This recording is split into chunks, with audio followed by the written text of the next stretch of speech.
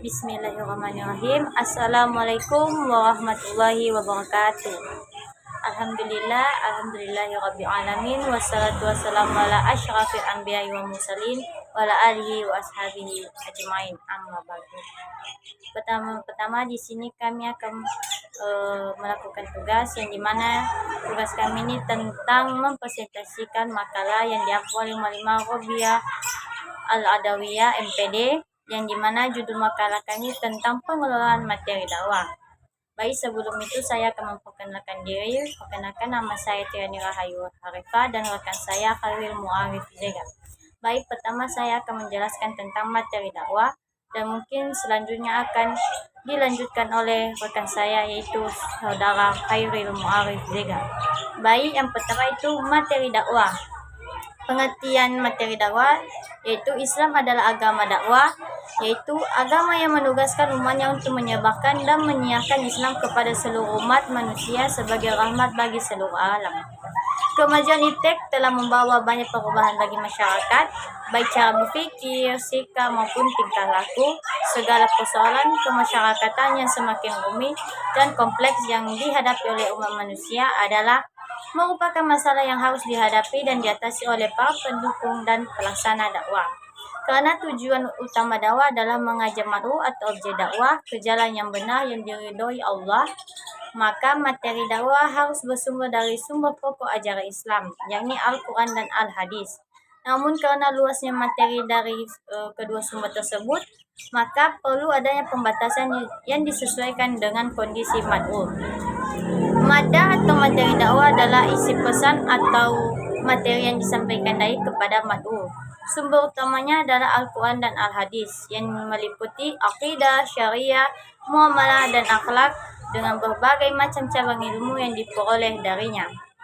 Materi yang disampaikan oleh seorang dai harus cocok dengan bidang keahliannya, juga harus cocok dengan metode dan media serta objek dakwanya. Dalam hal ini yang menjadi mada atau materi dakwah adalah ajaran Islam itu sendiri. Kedua yaitu sumber materi dakwah. Keseluruhan materi dakwah pada hakikatnya bersumber dari dua sumber yaitu Al-Quran dan Al-Hadis. Menurut Hasbi Al-Siddiqi, Al-Quran adalah kalam Allah Subhanahu wa taala yang merupakan mukjizat yang diturunkan atau diwahyukan kepada Nabi Muhammad SAW dan membacanya merupakan suatu ibadah. Sedangkan Al-Hadis adalah segala sesuatu yang disandarkan kepada Nabi Muhammad SAW, baik berupa perkataan, perbuatan, pernyataan, atau takrir, dan sebagainya. Secara khusus, Al-Quran menjadi nama bagi sebuah kitab yang diturunkan kepada Nabi Muhammad SAW, dan sebutan Al-Quran tidak terbatas pada sebuah kitab dengan seluruh kandungannya, tapi juga bagian ayat-ayatnya juga dinisbahkan kepadanya. Maka jika mendengar satu ayat Al-Quran dibaca misalnya, maka dibenarkan mengatakan bahwa si pembaca itu membaca Al-Quran. Hadis atau Al-Hadis menurut bahasa Al-Jadid yang artinya sesuatu yang baru, lawan dari Al-Qadim atau lama, artinya yang berarti menunjukkan kepada waktu yang dekat atau waktu yang singkat seperti orang yang baru masuk atau memeluk agama Islam. Hadis juga sering disebut dengan Al-Khabar yang berarti berita, yaitu sesuatu yang dipercakapkan dan dipindahkan dari seseorang kepada orang lain. Secara umum, fungsi hadis adalah untuk menjelaskan makna kandungan Al-Quran yang sangat dalam dan global atau li al-bayan atau menjelaskan. Hanya penjelasan itu kemudian oleh para ulama diperinci ke berbagai bentuk penjelasan. Ketiga itu macam-macam materi dakwah. Macam-macam materi dakwah ini banyak, yang dimana pertama itu masalah akidah atau keimanan. Aspek akidah adalah yang akan membentuk moral atau akhlak manusia. Oleh karena itu yang pertama kali dijadikan materi dalam dakwah Islam adalah masalah akidah atau keimanan. Yang kedua itu masalah syariah. Materi dakwah yang bersifat syariah ini sangat luas dan mengikat seluruh umat Islam. Di samping mengandung dan mencakup kemaslahatan sosial dan moral, materi dakwah ini dimaksudkan untuk memberikan gambaran yang benar dan kejadian secara cermat terhadap hujah atau dalil-dalil dalam melihat persoalan pembaruan, sehingga umat tidak terperosok ke dalam kejelekan, karena yang diinginkan dalam dakwah adalah kebaikan. Ketiga yaitu masalah muamalah.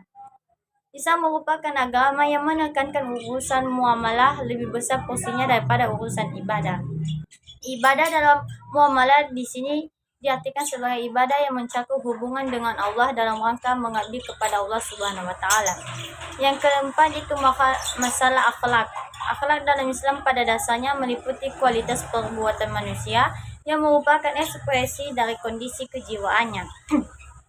Islam mengajarkan kepada manusia agar berbuat baik dengan ukuran yang bersumber dari Allah Subhanahu wa taala.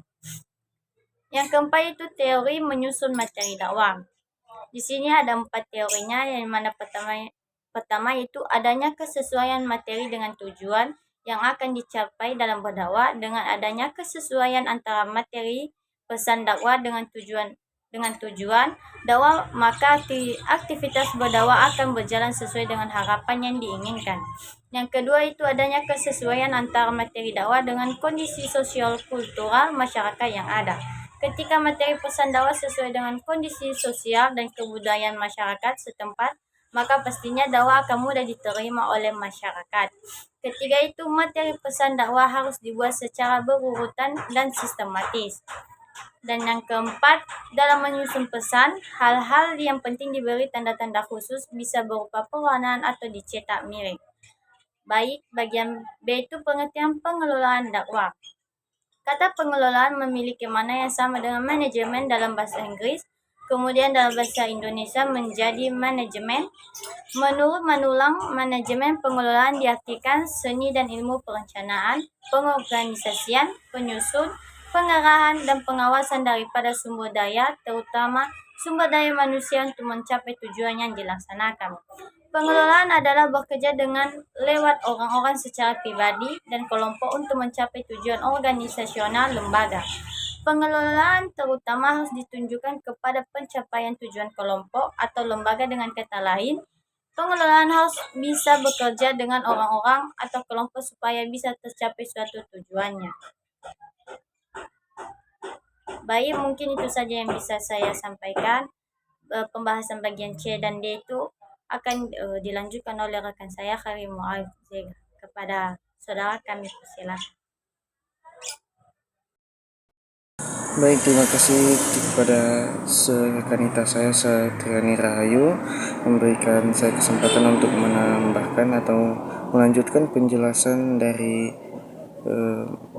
presentasi makalah kami ya.